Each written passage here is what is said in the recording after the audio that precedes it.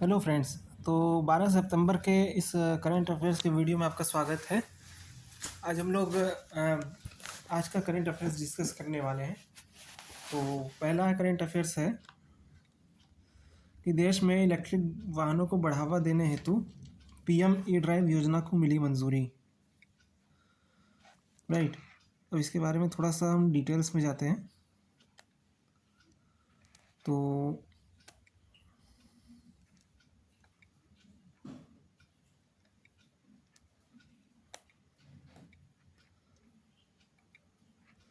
केंद्रीय मंत्रिमंडल ने प्रधानमंत्री नरेंद्र मोदी की अध्यक्षता में देश में बिजली आधारित परिवहन को बढ़ावा देने के उद्देश्य से PM electric drive revolution in innovative vehicle enhancement PM E drive योजना के क्रियान्वयन के लिए भारी उद्योग मंत्रालय के प्रस्ताव को मंजूरी दे दी है।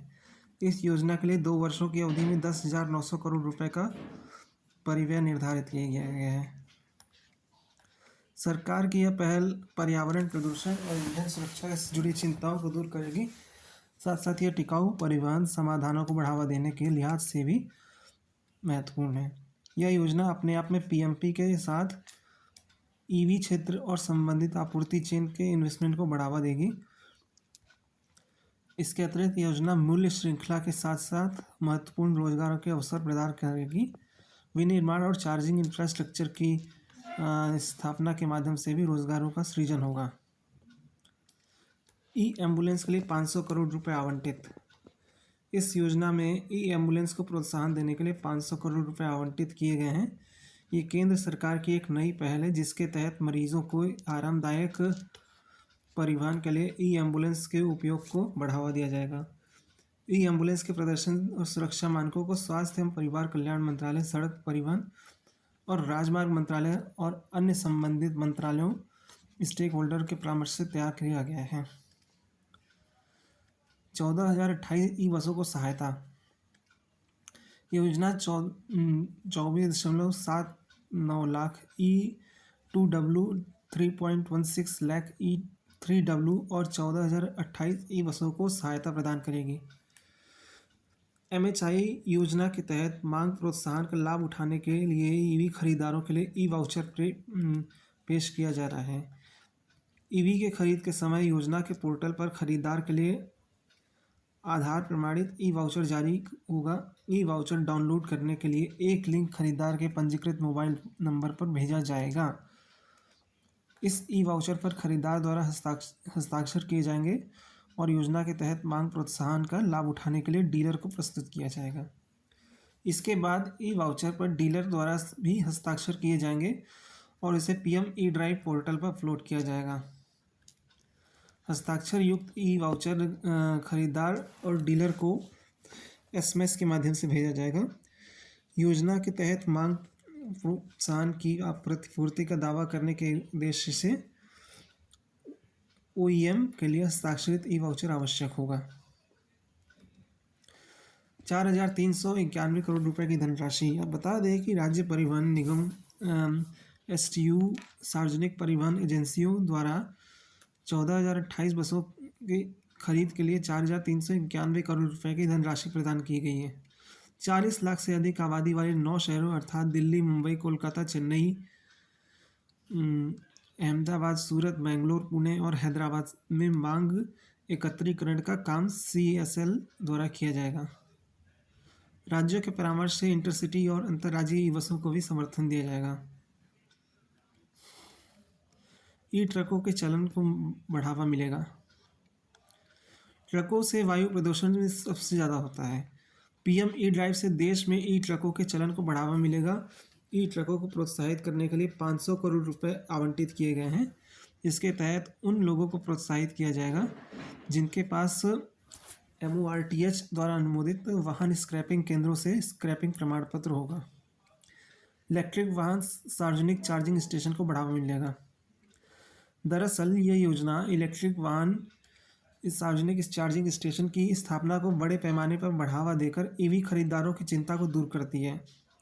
ये EVPCS बड़े स्तर पर ईवी की पैठ वाले चयनित शहरों और चयनित राजमार्गों पर स्थापित किए जाएंगे।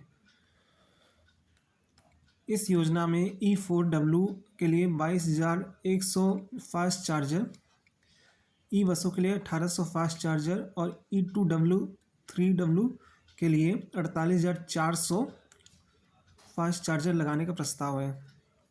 EVPCS के लिए परिव्यय 2,000 करोड़ रुपए होगा। IMF ने भारत के वित्त वर्ष 24-25 के GDP का पूर्वानुमान को बढ़ाकर 7 किया।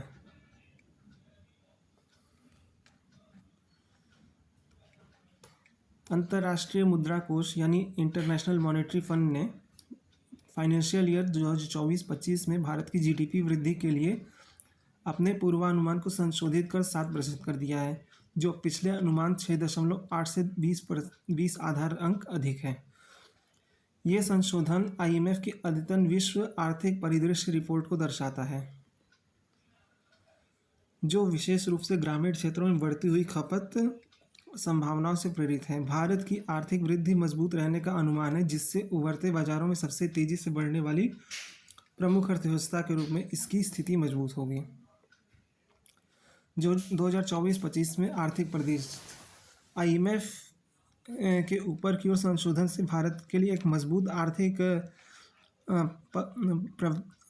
प्रक्षेपवक्र पर प्रकाश डाला गया है, जिसे बेहतर निजी खपत और घरेलू मांग का समर्थन प्राप्त है। वित्त वर्ष 2023-24 में भारतीय अर्थव्यवस्था 8.2% बढ़ी, जो वित्त वर्ष 2022-23 में देखी गई 7% वृद्धि को पार कर गई। चौथी तिमाही में उल्लेखनीय 7.8% विस्तार से इस वृद्धि को और बल मिला। आर्थिक स्थिरता में RBI की भूमिका। भारतीय रिजर्व बैंक अपने मौद्रिक नीति रूपरेखा के माध्यम से आर्थिक स्थिरता बनाए रखने में महत्वपूर्ण भूमिका निभाता है। ब्याज दरों और तरलता का प्रबंधन करके RBI का लक्ष्य मुद्रास्फीति को नियंत्रित करना है, साथ ही सतत विकास को बढ़ावा देना है, जिससे वित्तीय क्षेत्र में लचीलापन आता है। शेयर बाजार और रोजगार में वृद्धि। भारत के शेयर बाजार का अब तक के उच्चतम स्तर पर पहुंचना दीर्घकालिक विकास संभावनाओं में निवेशकों के विश्वास को दर्शाता है। आर्थिक वृद्धि में वृद्धि ने महत्वपूर्ण रोजगार सृजन को भी बढ़ावा दिया है। 2017-18 से 21-22 तक 80 मिलियन से अधिक रोजगार के अवसर प्रदान हुए हैं। इस वृद्धि रोजगार को बढ़ावा देने के उद्देश्य से सरकारी पहलों की प्रभावशीलता को रेखांकित करती है। सतत विकास लक्ष्यों यानी सस्टेनेबल डेवलपमेंट गोल पर प्रभाव। उन्नत GDP सतत विकास लक्ष्यों यानी सस्टेनेबल डेवलपमेंट गोल में प्रगति का मार्ग प्रशस्त करता है। 2024 में 7%, 25 में 6.5% के अनुमानित वृद्धि दर लैंगिक समानता, सभ्य कार्य और समग्र आर्थिक विकास को बढ़ावे के अवसर प्रदान करती है। बेहतर रोजगार सृजन और बेहतर सामाजिक सुरक्षा उपाय एक स्थिर और समृद्ध समाज में योगदान करते हैं, जो समावेशी विकास को बढ़ावा देते हैं। IMF के भविष्य का अनुमान। 25-26 के लिए IMF ने भारत के लिए अपने विकास का पूर्वानुमान 6.5% रखा है। वित्त वर्ष 2024-25 के लिए ऊपर की ओर संशोधन निजी खपत में सुधार को दर्शाता है, विशेष रूप से ग्रामीण क्षेत्रों में। यह समायोजन अमेरिका सहित अन्य अर्थव्यवस्थाओं के लिए कम किए गए पूर्वानुमानों के विपरीत है, जो एक कमजोर वैश्विक आर्थिक दृष्टिकोण के बीच है। फिर RS शर्मा ONDC के गैर कार्यकारी अध्यक्ष नियुक्त। Open networking for digital commerce ONDC ने RS शर्मा को अपना गैर कार्यकारी अध्यक्ष नियुक्त करने की घोषणा की है। शर्मा, जो पहले भारतीय विशिष्ट पहचान प्राधिकरण UIDAI के महानिदेशक और मिशन निदेशक, भारतीय दूरसंचार नियामक ट्राई के अध्यक्ष और राष्ट्रीय स्वास्थ्य प्राधिकरण के CEO के रूप में कार्य कर चुके हैं, अब ONDC को विकास और नवाचार के अगले चरण में ले जाएंगे। पृष्ठभूमि और योगदान। RS शर्मा भारत के डिजिटल परिवर्तन में एक महत्वपूर्ण व्यक्ति रहे हैं। उनके व्यापक करियर में झारखंड सरकार के मुख्य सचिव और ONDC के सलाहकार और रणनीति परिषदों में प्रमुख पद शामिल हैं। शर्मा ने ONDC को एक पायलट प्रोजेक्ट में राष्ट्रीय पहल में बदलने में महत्वपूर्ण भूमिका निभाई है और उनके योगदान में कोविन प्रोजेक्ट का नेतृत्व करना भी शामिल है, जो कोविड-19 टीकाकरण अभियान के लिए महत्वपूर्ण था। भविष्य की संभावनाएं। ओएनडीसी के नए अध्यक्ष के रूप में शर्मा का नेतृत्व में संगठन ने निरंतर विस्तार और नवाचार को बढ़ावा मिलने की उम्मीद है।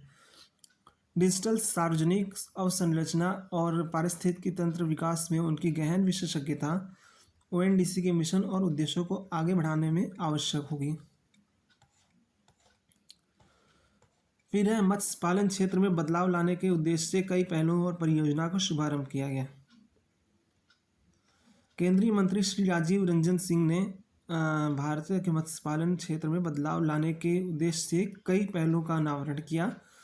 इस अवसर पर राष्ट्रीय मत्स्य विकास कार्यक्रम पोर्टल का शुभारंभ किया गया, जो मत्स्य मूल्य श्रृंखला में मत्स्य उद्योग के श्रमिकों और उद्यमों को डिजिटल पहचान प्रदान करेगा। यह पहल प्रधानमंत्री मत्स्य किसान समृद्धि सह योजना MKSY के तहत है, जो प्रधानमंत्री मत्स्य संपदा योजना PMSY की एक उपयोजना है, जो मत्स्य श्रमिकों को संस्थागत ऋण, प्रदर्शन अनुदान और जलीय कृषि बीमा जैसे लाभों तक पहुंचाने में सक्षम बनाती है। जलवायु प्रतिरोधी तटीय मछुआरा गांव CRCFV। मंत्री ने 200 करोड़ रुपए के बजट के साथ 100 तटीय गांवों को जलवायु प्रतिरोधी तटीय मछुआरा गांव के रूप में विकसित करने की भी घोषणा की है। यह पहल पर्यावरणीय परिवर्तनों के विरुद्ध मछली पकड़ने वाले समुदाय की सुरक्षा के लिए संधारणीय मछली पकड़ने की प्रथाओं, बुनियादी ढांचों में सुधार और जलवायु स्मार्ट आजीविकाओं पर ध्यान केंद्रित करेगी। ड्रोन प्रौद्योगिकी और मत्स्य पालन नवाचार। मछली परिवहन के लिए ड्रोन प्रौद्योगिकी का उपयोग करने वाली एक पायलट परियोजना शुरू की गई है, जिसका नेतृत्व केंद्रीय अंतर्देशीय मत्स्य अनुसंधान सिफरी ने किया है। इस पहल का उद्देश्य अंतर्देशीय मत्स्य पालन के प्रबंधन और निगरानी के लिए ड्रोन की क्षमता का पता लगाना, दक्षता और स्थिरता में सुधार करना है। समुद्री शैवाल खेती के उत्कृष्टता केंद्र। केंद्रीय समुद्री मत्स्य अनुसंधान ICAR सिफरी के मंडपम क्षेत्रीय केंद्र की स्थापना समुद्री शैवाल खेती के लिए उत्कृष्टता केंद्र के रूप में की गई है। ये केंद्र समुद्री शैवाल खेती में नवाचार पर ध्यान केंद्रित करेगा, जिससे खेतों की तकनीकों को परिष्कृत करना और टिकाऊ प्रथा को बढ़ावा देने के लिए बीज बैंक बनाना और शामिल है। Nucleus breeding centre, incubation centre. समुद्री और मीठे पानी की दोनों प्रजातियों के लिए न्यूक्लियस ब्रीडिंग सेंटर और की घोषणा की गई है, जिसका उद्देश्य आनुवांशिक सुधारों के माध्यम से बीज की गुणवत्ता को बढ़ाना है। हैदराबाद, मुंबई और कोच्चि में मत्स्य पालन स्टार्टअप, सहकारी समिति और FPO के लिए 3 इंक्यूबेशन सेंटर भी अधिसूचित किए गए हैं। स्वदेशी प्रजातियों का संरक्षण और मत्स्य पालन में बुनियादी ढांचा का विकास, ये सब इसकी महत्वपूर्ण चीज़ें हैं, राइट। और मत्स्य पालन बुनियादी ढांचे के लिए इसमें 721.63 करोड़ रुपए की परियोजना की घोषणा की गई है, जबकि आपका ये स्वदेशी प्रजातियों के संरक्षण के लिए आप इसमें 22 राज्यों केंद्र शासित प्रदेशों ने मछली पालन की घोषणा की है, राइट।